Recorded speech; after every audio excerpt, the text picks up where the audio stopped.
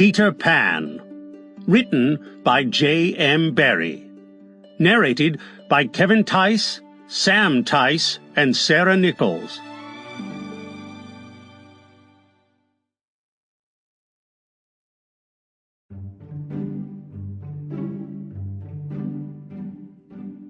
Chapter 1. Peter Breaks Through. All children, except one, grow up. They soon know that they will grow up, and the way Wendy knew was this. One day, when she was 2 years old, she was playing in a garden, and she plucked another flower and ran with it to her mother. I suppose she must have looked rather delightful, for Mrs. Darling put her hand to her heart and cried, "Oh, why can't you remain like this forever?" This was all that passed between them on the subject, but henceforth Wendy knew that she must grow up. You always know after you are 2. 2 is the beginning of the end. Of course they lived at 14, and until Wendy came, her mother was the chief one. She was a lovely lady, with a romantic mind and such a sweet, mocking mouth. Her romantic mind was like the tiny boxes, one within the other, that come from the puzzling East. However many you discover, there's always one more, and her sweet, mocking mouth had one kiss on it that Wendy could never get, though there it was, perfectly conspicuous in the right-hand corner. The way Mr. Darling won her was this.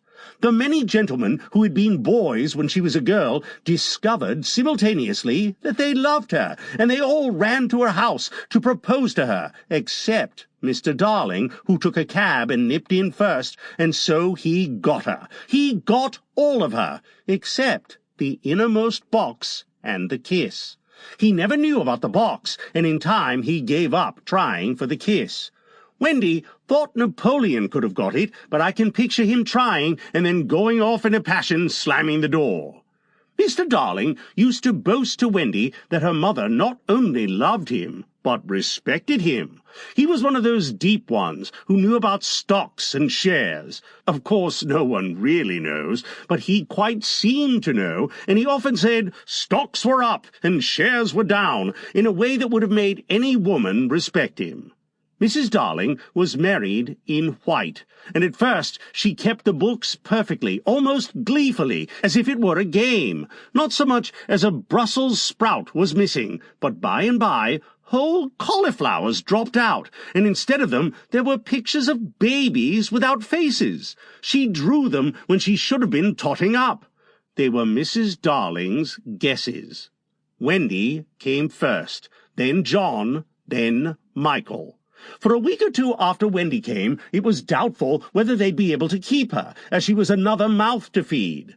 Mr. Darling was frightfully proud of her, but he was very honourable, and he sat on the edge of Mrs. Darling's bed, holding her hand and calculating expenses, while she looked at him imploringly. She wanted to risk it, come what might, but that was not his way. His way was with a pencil and a piece of paper, and if she confused him with suggestions, he had to begin at the beginning again.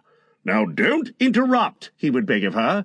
"I have £1.17 here, and 2 6 at the office. I can cut off my coffee at the office, say 10 shillings, making 2 9 6. With your 18 and 3 makes 3 9 7. With 5 0 in my checkbook makes 8 9 7. Who is that moving? 8 9 7. Dot and carry 7. Don't speak, my own. And the pound you lent to that man who came to the door. Quiet, child. Dot and carry, child. There, you've done it. Did I say 997? Yes, I said 997. The question is, can we try it for a year on 997? "Of course we can, George," she cried. But she was prejudiced in Wendy's favour, and he was really the grander character of the two. "Remember mumps," he warned her almost threateningly, and off he went again. Mumps, £1, that is what I put down, but I dare say it'll be more like 30 shillings, don't speak. Measles, 1.5, German measles, half a guinea, makes 2 15 6, don't waggle your finger. Whooping cough, say 15 shillings, and so on it went, and added up. Sample complete. Ready to continue?